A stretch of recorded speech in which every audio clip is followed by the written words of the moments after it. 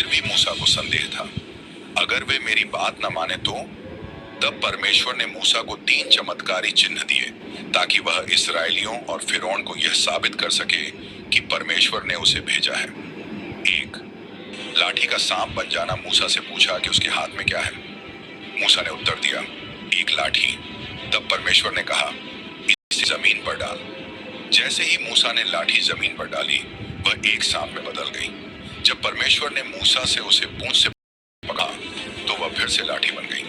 यह चमत्कार परमेश्वर की शक्ति को दर्शाता था और यह दिखाता था कि वह निर्जीव चीजों को भी जीवन दे सकता है।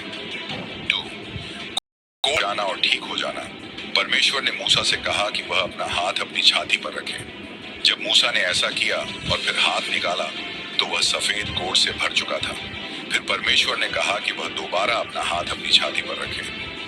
जब आज्ञा मानी और फिर हाथ बाहर निकाला तो उसका हाथ पूरी तरह ठीक हो गया। यह चमत्कार परमेश्वर की चंगाई और पुनर्स्थापन की शक्ति को दिखाता था।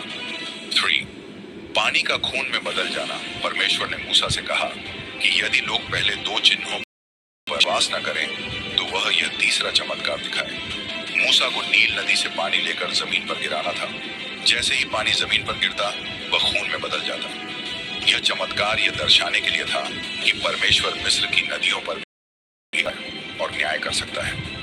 ये तीनों चिन्ह ये साबित करने के लिए दिए गए थे कि मूसा सच में परमेश्वर द्वारा भेजा गया है और इजरायली उसकी बातों पर विश्वास करें। अब मूसा के पास कोई विकल्प नहीं था। वह जानता था कि शक्ति उसके साथ है। मूसा को अब एक और चिंता थी, मैं ठीक से बोल नहीं पाता।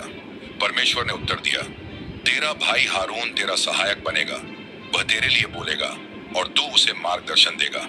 अब मूसा को पूर्ण शासन मिल गया। वह अपने परिवार को लेकर मिस्र के लिए निकल पड़ा। मूसा और हारून जब फिरौन के दरबार में पहुंचे तो उन्होंने निडरता से कहा, इस्राएलियों को जाने दो ताकि वे अपने परमेश्वर की आराधना कर सकें। फिरौन हंसा और बोला, मैं तेरे परमेश्वर को नहीं जानता, मैं इस्राएलियों को नहीं जाने दूंगा। मूसा ने परमेश्वर के चमत्कार दिखाए। हारून ने अपनी लाठी को फेंका और वह एक सांप में बदल गई। फिरौन के जादूगरों ने भी वैसा ही किया। फिर भी मूसा का सांप उनकी लाठियों को निगल गया। लेकिन फिरौन के इनकार के बाद परमेश्वर ने मिस्र पर 10 भयानक विपत्तियां भेजी। 1, नील नदी का पानी खून में बदल गया। 2, मिस्र में मेंढकों का भयानक। 3, जुओं की विपत्ति आई। 4, मक्खियों छा गया। 5, पशुओं की महामारी फैली। 6, मानवों और पशुओं को भयानक फोड़े निकले। 7, भयंकर ओलावृष्टि हुई। 8, टिड्डी नष्ट कर दी।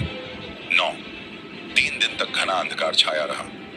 10, मिस्र के हर पहलौठे पुत्र की मृत्यु हो गई। इस अंतिम विपत्ति के बाद फिरौन टूट गया।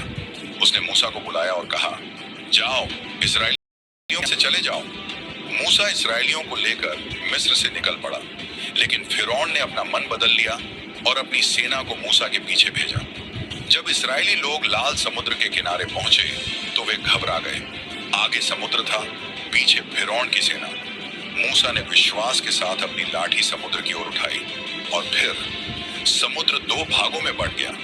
इस्राएली सुखद मार्ग से पार हो गए, लेकिन जब फिरौन की सेना ने पीछा किया तो समुद्र वापस अपनी स्थिति में आ गया और उनकी पूरी सेना डूब गई। इस दिन इस्राएली स्वतंत्र हो गए। वे अब गुलाम नहीं थे। मूसा ने परमेश्वर के कहने पर उन्हें नेतृत्व दिया, उन्हें परमेश्वर की संहिताएं दी और एक नए राष्ट्र का निर्माण किया। उस दिन से ही परमेश्वर की योजना थी कि वह अपने लोगों को गुलामी से निकाल स्वतंत्रता की ओर ले जाए। यह एक जंग की नहीं बल्कि एक उद्धारकर्ता के बनने की कहानी थी।